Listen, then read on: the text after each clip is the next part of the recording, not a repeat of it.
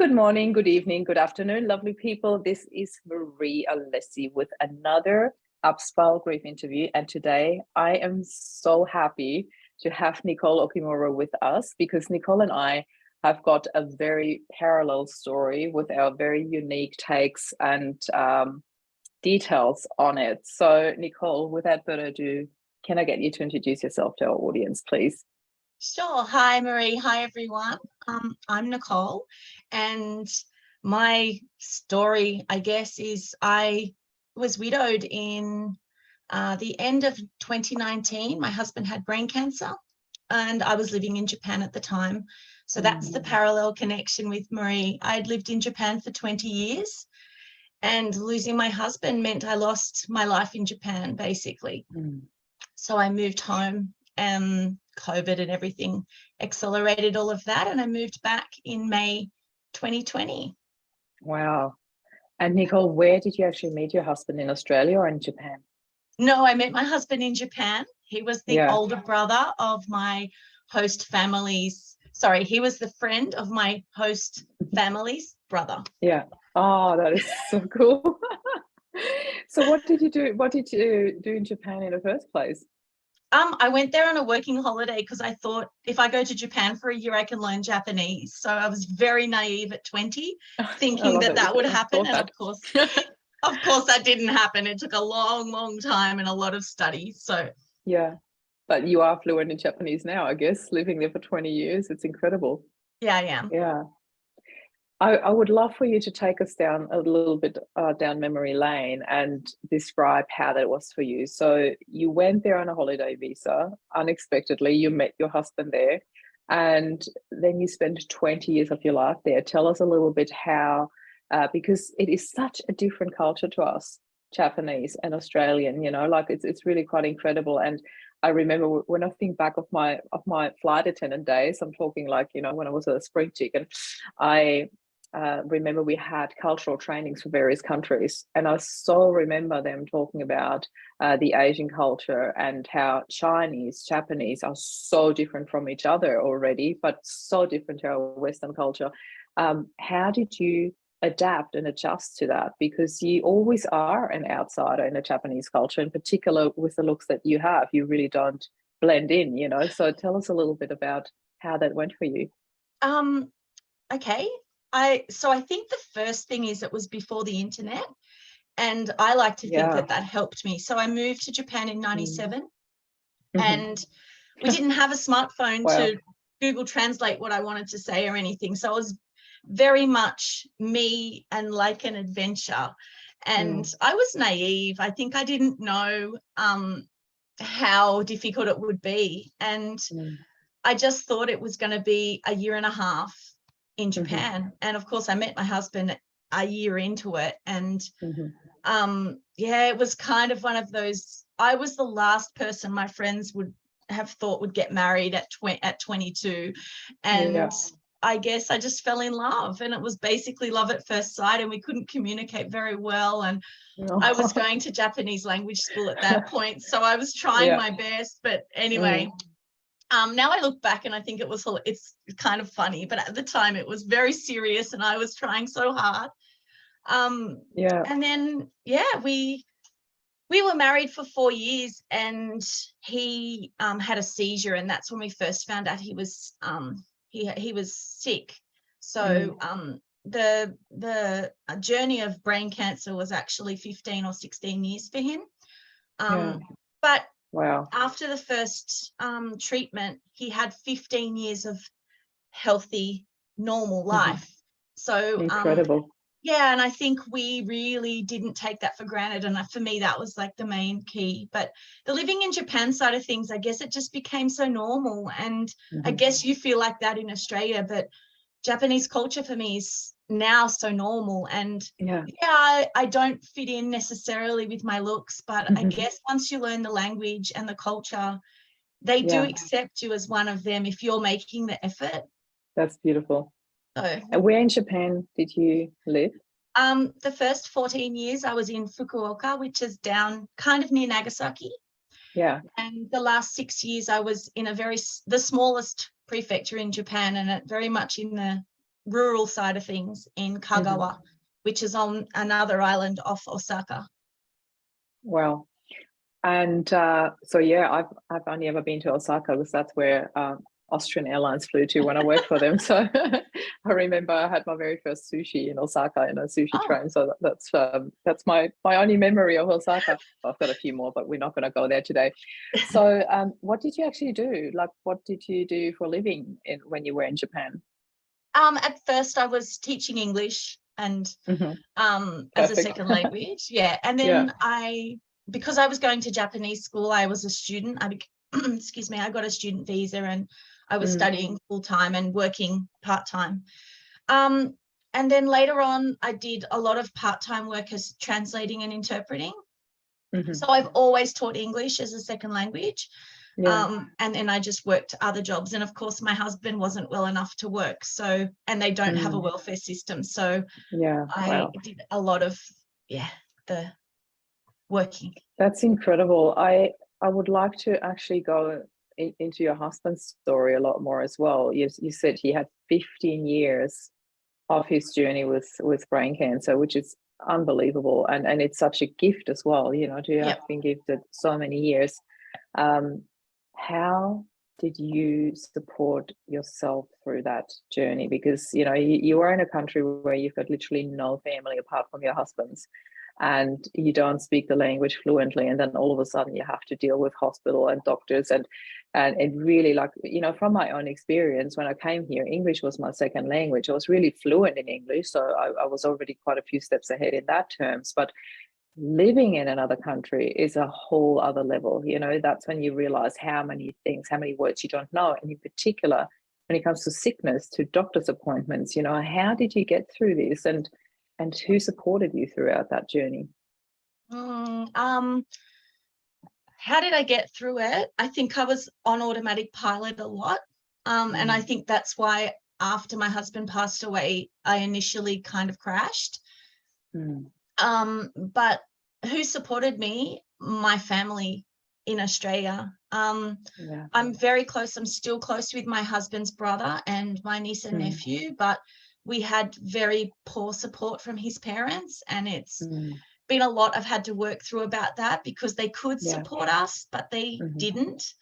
And I don't mean financially. I mean, they could have financially, but basically emotionally and all sorts of support, they just sort of refused. I have very close friends in Japan, and that was another reason why it was very hard to leave. And I think I can imagine after 20 years, you build an entire life there, you know. I learned the language quickly. I think, well, when I say quickly, it's a huge, long process, but I learned the language I needed to know. Like, I know a lot of brain words and treatment words in Japanese that I actually don't know in English. And I know that sounds ridiculous, but in my psychology units I can that I so studied, relate. I really didn't know that. these. I don't know these words in my native language, and I know them in my second language. And when my husband's brain cancer came back as glioblastoma, so the final year he was terminally with grade 4 glioblastoma. His doctor was just wonderful, and he offered to speak English to me and my parents and my auntie and my family that came to Japan. And that was a real godsend. I'd been used to dealing in Japanese with medical professionals for so many years, but I think there's a lot of things that you need to hear in your native language to totally comprehend it. But then the medical system's so different, and they don't tell you that it's terminal, and they don't tell you lots of things. So it's just culturally, it's very different as well. I just wanted to say it's also a very cultural thing in Japanese to not tell you that it's terminal. They really just prefer to give you positive news. You know, they told my husband he had grade 3 brain cancer, and they told me it was glioblastoma. And I asked the doctor, and they just said, we don't want them to give up any hope. And it's like, wow, in the West, they tell you straight out. And anyway, that was the cultural thing. I must say, for my husband, he didn't know, and I had to tell him because he asked me directly, and I told him. And that was really difficult. Like, nobody should have to tell their husband. Yeah, that must be so confronting. And I can so relate. I see so many parallels, from the story. And even when you said you went to Japan in 1997, that was the year that I came to Australia for the first time. So it's really funny. It's the Wow. exact same year. Um, yeah, I can't even imagine what it would be like, having to be the person to tell your husband that he's going to die. It's incredible, and to be so straightforward, and having to work through the cultural aspect of it as well. I have to say, when I listen to your story, I can understand both sides of the story, both sides of the cultures, the wanting to give them hope. That's beautiful, because I really feel that people need that. That's really the thing. There's a saying in Austria that translates to "hope dies last." There's a similar saying in English, but I don't ever remember what it's like. But it's that holding on to hope that we really need, and that helps us, But there is a time in our lives where we want the truth, where we wanted to hear, like, straightforward, give me what I've got, and for you to have to be the one to create that balance. How did you get through that? I didn't explicitly say to him that he will die. And part of me sometimes thinks that was a little bit selfish. But my husband had this very interesting way of coping with his illness the whole time he was for the 15 years that he was not actively fighting brain cancer. He never, ever knew the name of his illness, like the actual tumor name. He was never interested. He never Googled it. He never asked any special questions at the hospital, even though he had regular MRIs and was taking anti-seizure medication. So when I told him, he asked me whether his tumor was grade 3, and that's what the doctor had told him. And I said, it's grade 4. And that's all I told him. I didn't explicitly say this is terminal and you're going to die. I said, you're doing well with the treatment. And I also believe in holding onto hope. But it's difficult. I did a lot of, I guess I was just an automatic pilot, but I also talked to my parents and my auntie and my cousins and obviously my sister and my friends to get it out and to try to verbalize my own feelings. And I just tried not to I tried not to show him my sadness and stuff. I mean, everyone's different, but for me, that was really important, to go to the hospital with a big smile on my face and wear lots of color and all that. That's beautiful, because I think it's all part of, holding on to hope. And then that's what you do till the very last minute. Like, I think, I don't know, I never had that in my life, the knowing. I mean, we just shared briefly, that my father-in-law just passed away, and with that, we did know that it is going to happen, and it's going to happen soon, but we had no idea when. Yet it is such a different relationship, of course, that you have to your father-in-law, that you have to your husband. And when you have, well, in our case, we had young kids as well, and I almost think, in hindsight, and I really don't want to compare this, because there's never a good way of dying, I would say, or for the family left behind, there's never like really a good way, but you can find peace in it, you can find blessings in it, but that takes time. It takes time to heal, it takes time to, and you said yourself, you came home to Australia, you crashed at first, and how did you actually make the decision, if you don't mind me asking, like, how long after your husband died did you leave, and when did you know that you had to come back? What helped you through that process, or did you just know? Well, it's funny. I went to Japan by myself at 20, and I'm fiercely independent, and I knew I could live there. Like, that was the culture I'd embraced, and I loved, and everything was so normal. And actually, Australia, the thought of living in Australia is almost a foreign concept, because I have never adulted in Australia for a long period of time. So for me, it was, that side of things was quite difficult, but it actually came down to the fact of, I am going through the biggest thing that'll ever happen to me. And at the end of the day, it's my immediate family that I need. Like, my parents came to Japan so many times, and I know that they would have come back to help me for a short period of time, but I needed their support Yeah. for the long term. And I guess that was it. Like, we had a house, I had a solid job with the most amazing boss and workmates and my best friends in Japan. And I had, you know, my niece and nephew and brother-in-law lived around the corner, and we'd had this sort of happy family life for 6 years. And then I kind of lost a lot of my identity when he passed away. And I really feel like so my story is a bit strange, but this is the first strange thing that happened. My husband passed away on the 10th of December 2019, just before the summer bushfires, and I live on the south coast of New South Wales. And my dad had come back in November because he had to protect and prepare the house. So my sister came to, my mum was still in Japan, my sister came to Japan, and then my sister was leaving the 22nd of December, and she said to me, "Why don't you come back with me?" My husband's wishes were to be scattered in Australia at the sea, which is very strange. Really? Japanese people Wow. go into like a family grave, which is like an Italian style, you know, very grave. traditional. And he kind of broke all the rules. I love it. And he'd told his brother and not me, because he really wanted those wishes to happen. So anyway, my sister and I brought back his remains on the 22nd of December, and we came straight back into a bushfire, and we evacuated twice and whatever. But while I was here for about 3 weeks, and my mum said to me one day, she just said, just when we were having coffee or something, she just said, "You know, you can always move home." Oh, and it was just I'm those having words. goosebumps. And it seems so little, and I know, you know, No.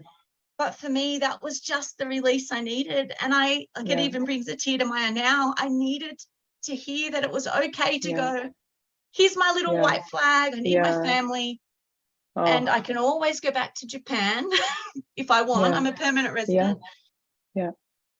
But I just need home. That's so incredible. I went back to Japan in the middle of January. And as I was going back to Japan, there was this story about this illness in China, and Chinese weren't coming to Japan for their normal New Year holiday, and all this was going on. And I thought, right, I've got to sell the house, I've got to talk to my boss, I've got to do these things. And then sometime this year, I'll work on moving home, because it's such a mammoth thought. And then COVID just all of a sudden, as we all know, it kind of just came. Sped everything up. My parents kept saying, "Okay, we don't want to worry you, but the Australian government is going to close the border." And I know you're very much into signs and those sorts of things, but my house, which was in the rural Japan, sold by the first person that saw the house. I'm having goosebumps. This like is the first person. She walked in and she said, she not only said, "I want the house," she said, "I want all the trinkets and all the little things, like, you know, just like little things that you have in your house." And she was like, "I want the pictures on the wall. I want, if you don't mind." And I was going to have to throw them out. OMG.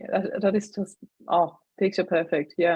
So I if sold you're the waiting house. for a sign, here it is. I sold the house the middle of March, and I'd got on a plane. It settled on the 15th of April, and I got on the plane on the 22nd. Oh my God. So literally from the 22nd of December to the 22nd of April. And he just went back. So because everything was so chaotic, and trying to pack up and trying to like be very pragmatic, what has to be done, very systematic, what do I have to do? When I did move home, I went into quarantine for 2 weeks into Sydney. And everyone says to me, "Oh my God, that must have been awful." And I'll tell you now, Marie, it was amazing. I can so imagine. Because I had 2 that weeks coming to terms, and just that at a really nice hotel in Sydney with a bathtub and a window, and I just had time out. Bliss. That sounds like heaven to me. Like, seriously, I have to say, it is incredible, those parallels. You know, I made my decision in end of March, and I got a job offer here in Australia, and I said I have to go home and, you know, pack up and say goodbye to my friends and family. I want to do this properly, and I did. And then I flew back home, I think on the 1st or 2nd of April, quit my job, packed up everything, and then came back here on the 1st of July. And, you know, that was just just like that. It took me 7 years to come to that spot of finding a way into Australia, but when I had it, the decision was made and I moved. And like just what you said, it's just really incredible. I just saw, it's really funny. I need to put my glasses on for this because we just got a few comments through, and I just want to see. First of all, hi Shalina, hi Jackie, and another Jackie. It's funny. I have a similar story of my husband passing and moving and selling the house easily and going back home. My mom gave me the gift of a book called "You Can Come Back Home" before I left. How beautiful is that? Wow. I need to look up that gift. too. Jackie, if you don't mind, maybe you can share the author in that. When you said that sentence, Nicole, you can always come back home. It almost made me cry. There's something so. I have no words to describe that. There's something so soothing in that you can always come back home. And it's interesting because I did not decide to go back to Austria after Rob died, because I had already made my decision to live here before I met him.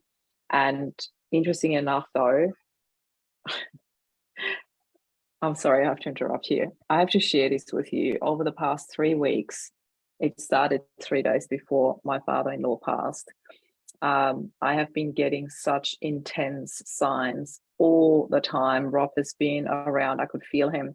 And the weirdest thing that's been happening, that in Zoom meetings, all of a sudden, when you get the reactions, the thumbs up, I get thumbs up throughout my stories. And I just had another one now when I was talking about this, and I'm like, thumbs up. I'm like, thanks, Rob. I'm not even touching the screen and I get the thumbs up as if I'm putting on the reaction. It's so bizarre. Anyway, now I lost my train of thoughts. That really distracted me. No, I can't remember now.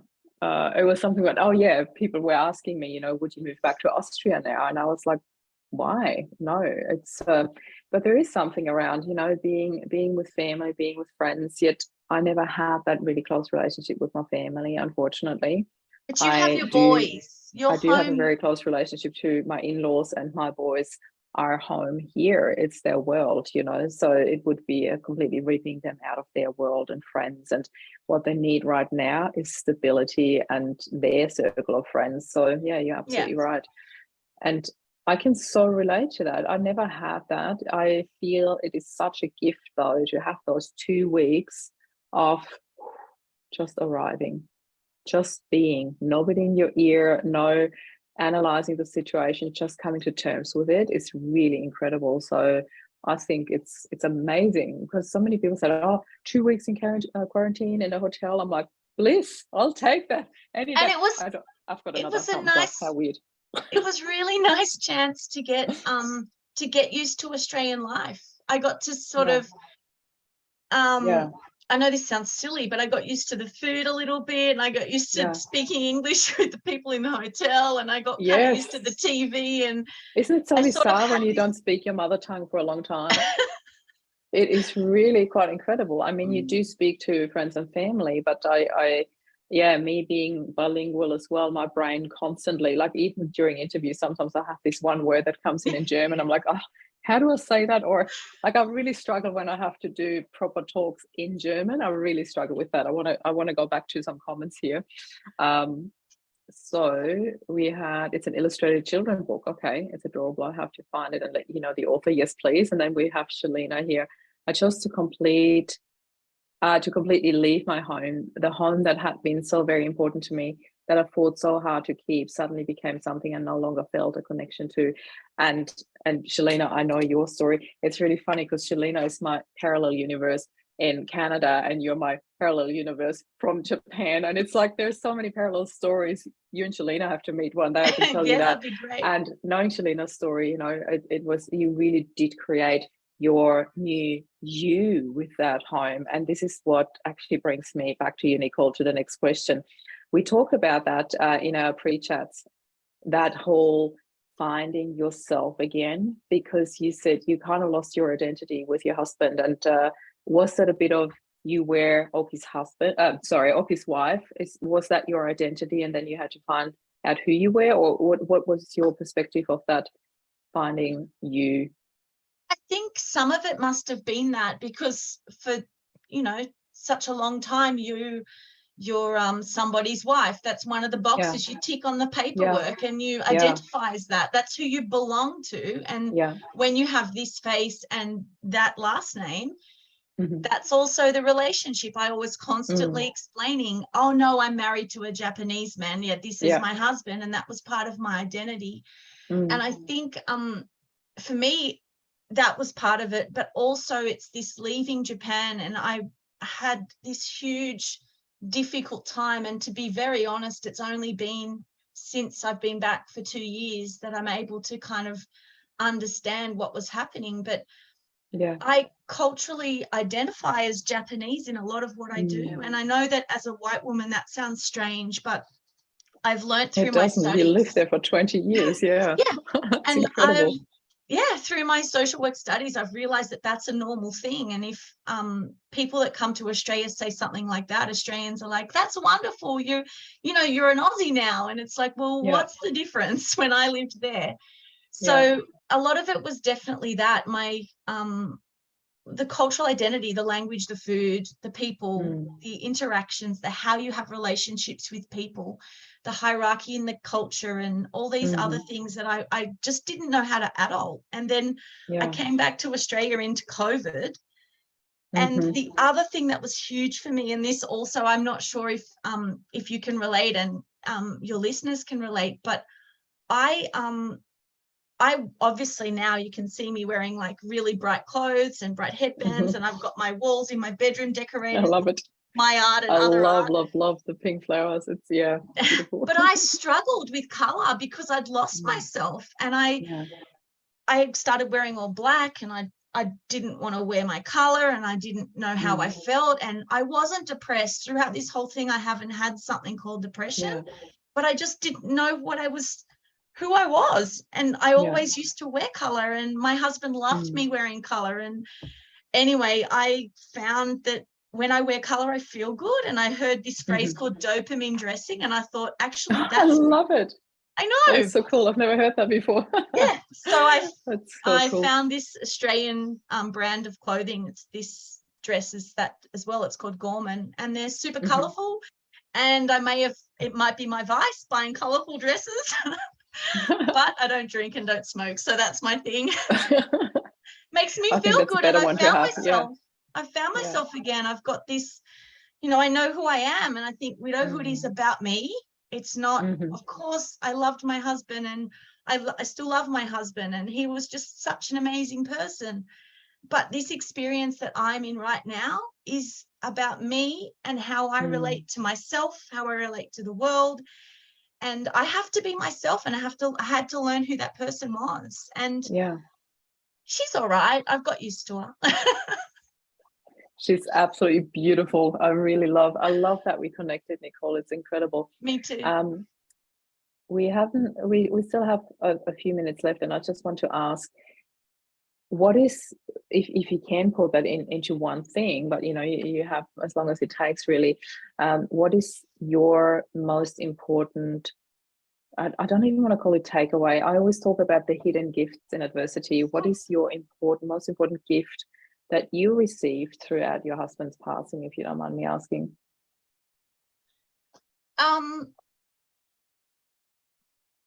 Obviously, this thing about finding yourself and realizing that you're a whole person, and that you have this identity.